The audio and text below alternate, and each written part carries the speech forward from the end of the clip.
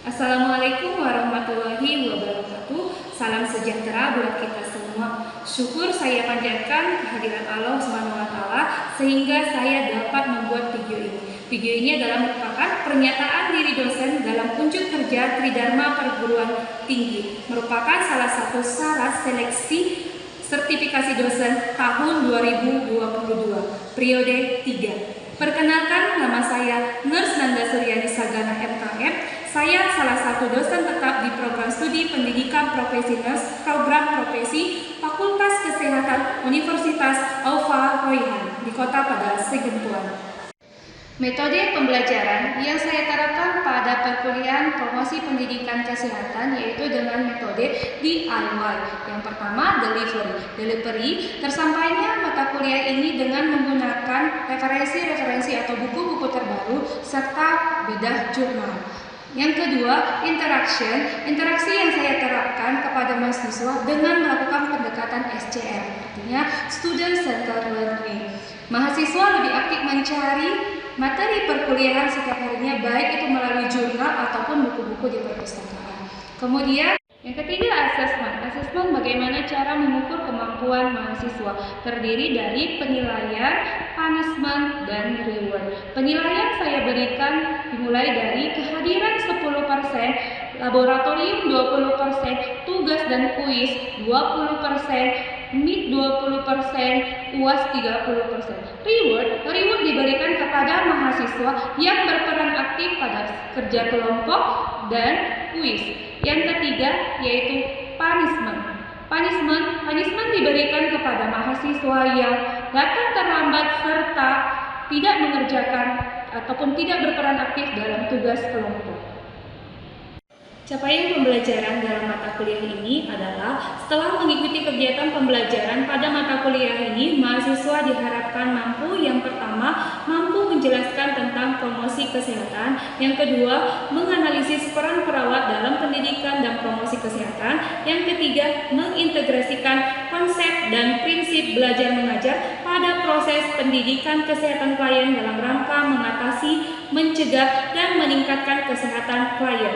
Yang keempat, mengintegrasikan konsep dan teori promosi kesehatan dalam mencegah dan meningkatkan kesehatan klien. Yang keempat, menganalisis beberapa metode promosi kesehatan. Yang kelima, menganalisis faktor-faktor yang mempengaruhi pelaksanaan pendidikan dan promosi kesehatan.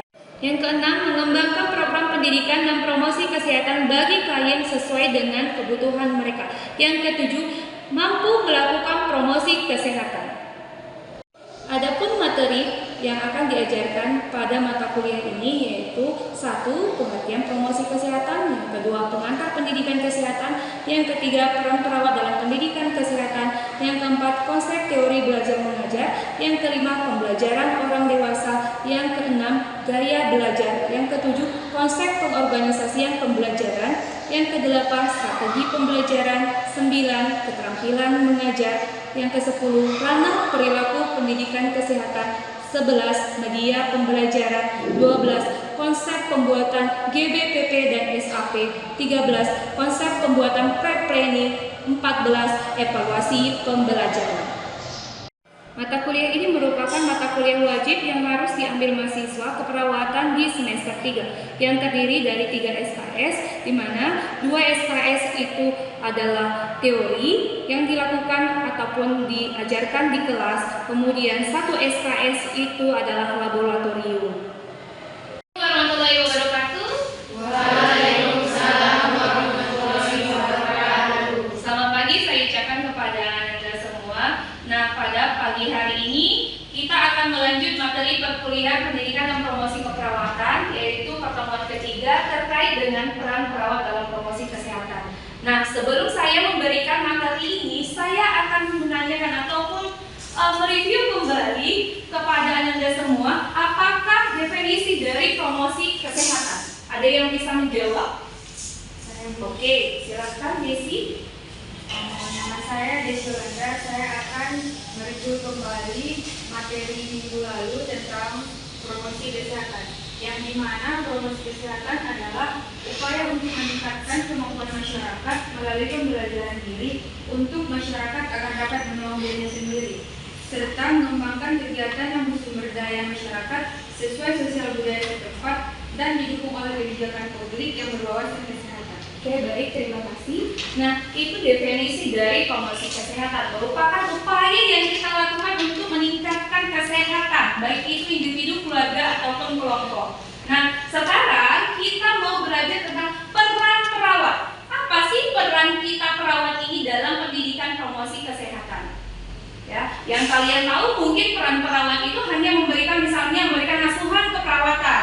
Asuhan keperawatan seperti misalnya memberikan obat, membandikan pasien, ya. Nah, dalam keperawatan, apalagi sarjana keperawatan itu sudah memiliki peran dalam pendidikan promosi kesehatan. Nah, sebelum masuk ke situ, saya juga mau menanyakan apa sih arti dari kata peran? Ada yang bisa jawab? Apa itu peran? Apa makna kata peran? Ada yang bisa jawab? Tidak ada? Nah, saya lanjut. Bahwa peran itu adalah tingkah laku yang diharapkan oleh seorang lain terhadap seseorang sesuai dengan kedudukannya dalam satu sistem.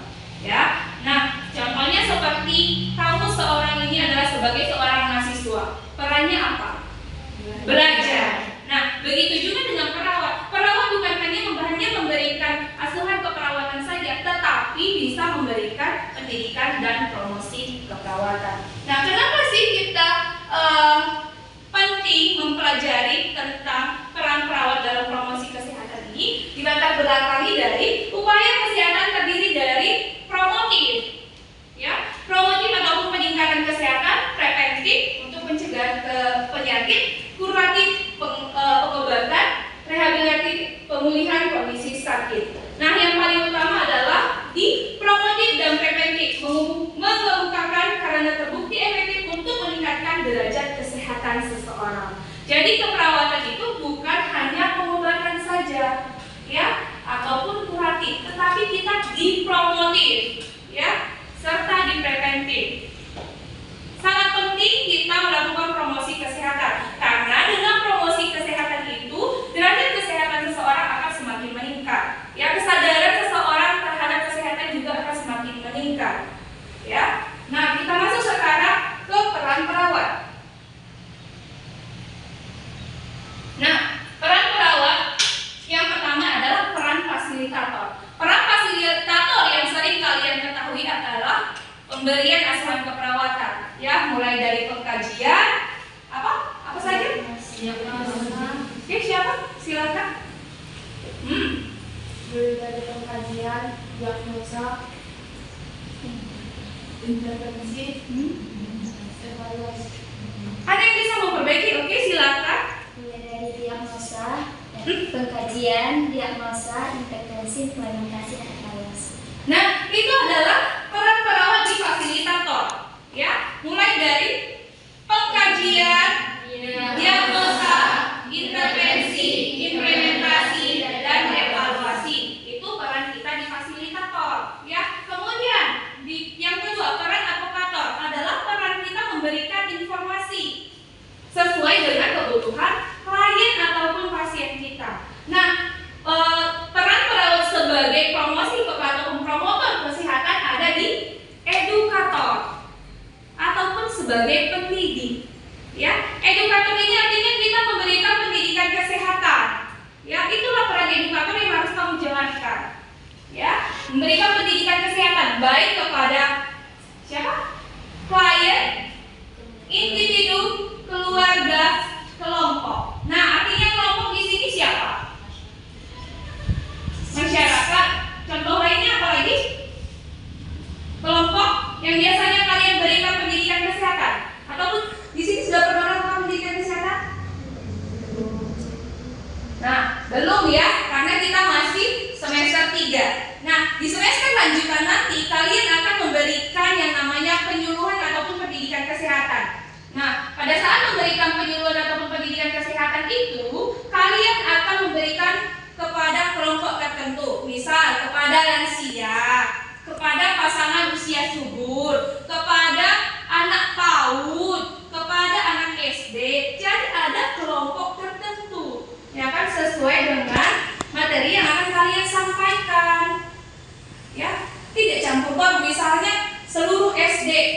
diajarkan sikat gigi. Masih sesuai nggak? Anak SD mulai dari kelas 6 sampai kelas 1 SD. Pas nggak sasarannya? Diajarkan sikat gigi? Enggak, ya kan? Nah, yang pas itu bagaimana kalau kita mau memberikan misalnya nanti materi terkait sikat gigi, ya kelompok tertentunya sesuai kelas. Misalnya PAUD, anak kelas 1 SD, ya kan? Dia sudah tahu bagaimana cara sikat gigi, tapi cara sikat gigi yang baik dan benar dia belum tahu. Makanya kalian berikan nanti dia pendidikan dan promosi kesehatan, ya. Yang kemudian peran perawat yang keempat ada koordinator, ya. Koordinator itu apa? Sebagai pengatur. Nah, koordinator misalnya kalian nanti itu di rumah sakit sebagai katim, ya. Katim ataupun sebagai ketua tim, sebagai kepala ruangan. Nah, kalian membagi shift, siapa yang shift pagi, siapa yang shift sore, ya, menghitung yang namanya nanti board, ya, itu sebagai koordinator. Kolaborator. Nah, kolaborator itu kita bisa berkolaborasi dengan siapa saja? Dengan siapa saja? Dengan siapa seorang perawat bisa berkolaborasi? Dokter. Siapa lagi? Sesama teman sejawat. Siapa lagi tim kesehatan lainnya? Apoteker. Siapa lagi? Siapa lagi tenaga medis lainnya? Bidan. Ahli gizi, radioterapi dan lain sebagainya. Nah, tapi prioritas kita peran perawat itu ada di peran edukator. Ya, peran edukator lah yang kamu jalankan untuk promosi kesehatan. Oke? Ya. Nah, untuk yang dari nomor 567 itu adalah peran perawat secara keseluruhan. Tetapi peran perawat sebagai promosi kesehatan itu ada di peran edukator sebagai pendidik, ya. Sebelum kita ke slide berikutnya, saya mau memberikan ataupun kita berdiskusi dulu tentang kebijakan pemerintah terkait promosi kesehatan di Indonesia.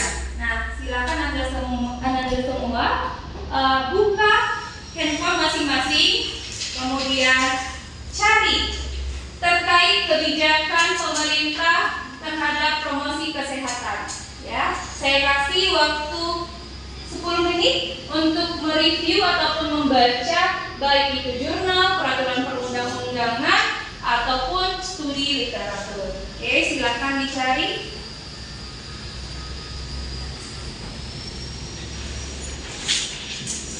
Bicaranya ada apa? Ada yang apa? Anda semua terkait kebijakan pemerintah terhadap promosi kesehatan di Indonesia. Nah, siapa yang mau membacakan hasil dari review jurnal ataupun peraturan perundang-undangan?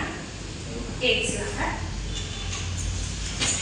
Kebijakan pemerintah tentang promosi kebijakan adalah perilaku mengupayakan agar tidak sehat tetap sehat dengan memperhatikan gaya hidup sehat dan perilaku hidup bersih dan sehat atau PHBS sesuai masalah medisnya serta mempernatif dalam pembangunan kesehatan masyarakat, misalnya melalui upaya kesehatan transformasi atau KBM. Oke, terima kasih. Ada lagi yang lain?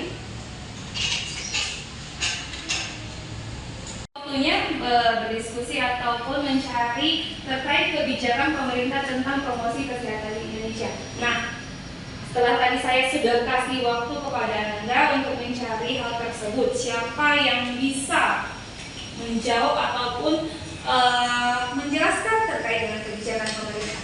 Silakan.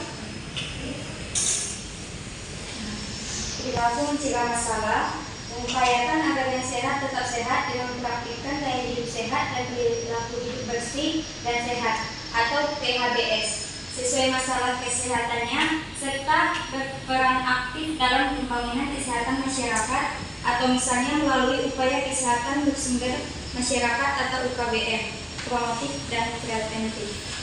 perilaku mengatasi masalah, mengupayakan agar yang terlanjur sakit tidak menjadi semakin parah, tidak mati, tidak menular orang lain, dan bahkan dapat disembuhkan dan dipulihkan kesehatannya dengan memanfaatkan pelayanan kesehatan yang ada, kuratif dan rehabilitatif.